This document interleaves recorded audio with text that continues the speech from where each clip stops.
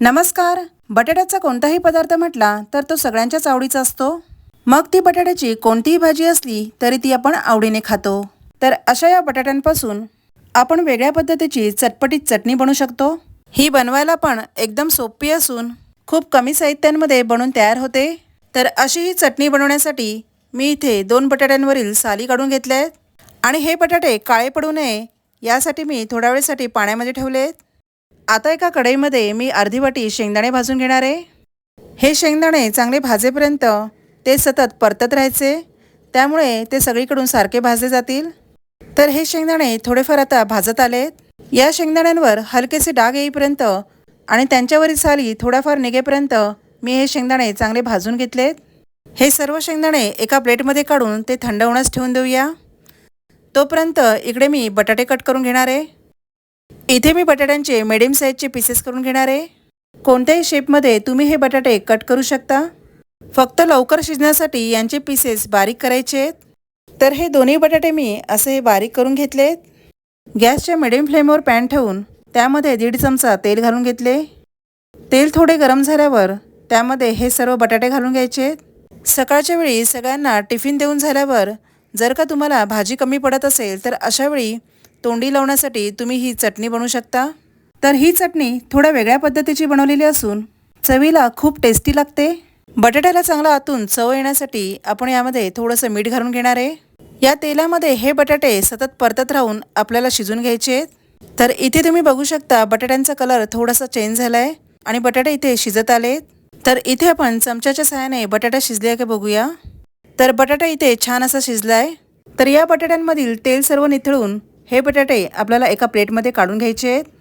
हे थंड होईपर्यंत इथे मी ठेचा बनवून घेणार आहे. त्याच पॅनमध्ये जे काही बटाट्याचं तेल उरलं आहे त्याच तेलामध्ये मी या 5-6 हिरव्या मिरच्या परतून घेणार आहे. मिरच्या ह्या जास्त तिखट असल्याने त्या मी कमी प्रमाणात घेतल्या आहेत. या मिरच्या तेलामध्ये परतताना त्या अंगावर उडू नये यासाठी मिरच्यांना मधोमध चीर पाडूनच या मिरच्या परतून घ्यायच्या आहेत.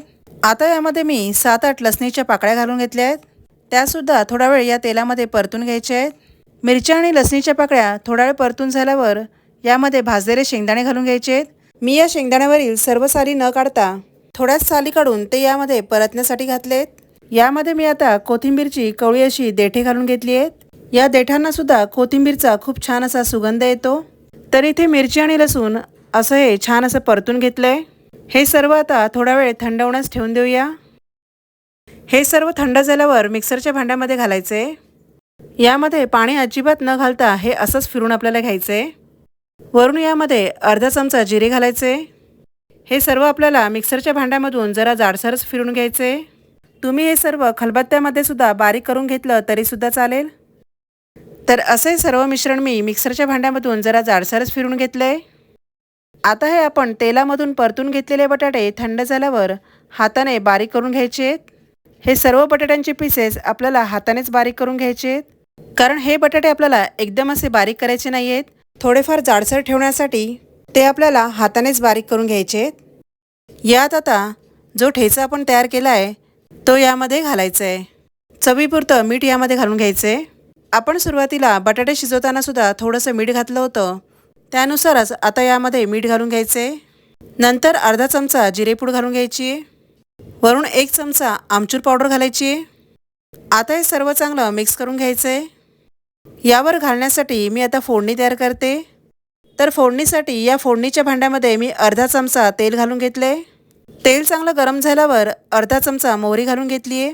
मोहरी छान अशी तडतडली की गॅस लगेच बंद करून यामध्ये चिमूटभर हिंग घालायचे. हे दोन्ही तेलामध्ये चांगलं मिक्स करून घेऊया. ही फोडणी आता लगेचच यामध्ये घालायची नाही आहे. थोडी कोमट झाली की यामध्ये 1 चमचा काश्मीरी रेड चिली पावडर घातली आहे. तीसुद्धा या तेलामध्ये चांगली अशी चमच्याने मिक्स करून आता ही फोडणी या बटाट्याच्या मिश्रणावर घालायची आहे. गरम तेलामध्ये हा मसाला जळू शकतो, त्यामुळे तेल कोमट झाल्यावरच यामध्ये काश्मीरी रेड चिली पावडर घातली आहे. वरून आता बारीक चिरलेला 1 कांदा घालून कोथिंबीरसुद्धा एकदम बारीक अशी चिरून यामध्ये घालायची आहे. हे सर्व आता चांगलं मिक्स करून घ्यायचे. आपल्याला सारख्या भाज्या खाऊन कंटाळा आलेला असतो, तर अशा वेळी असं वेगळं काही बनवलं तर ते खावंसं वाटतं आणि अशा वेगळ्या चवीमुळे रोजपेक्षा 2 घास जरा जास्तच जातात. तुम्ही ही चटणी चपातीबरोबर किंवा भाताबरोबर सुद्धा खाऊ शकता. चवीला खूप छान लागते. तर अशी आपली मस्त चटपटीत बटाट्याची चटणी बनवून तयार झाली आहे. तर पुन्हा भेटूया अशाच एका छान अशा रेसिपीसोबत. धन्यवाद.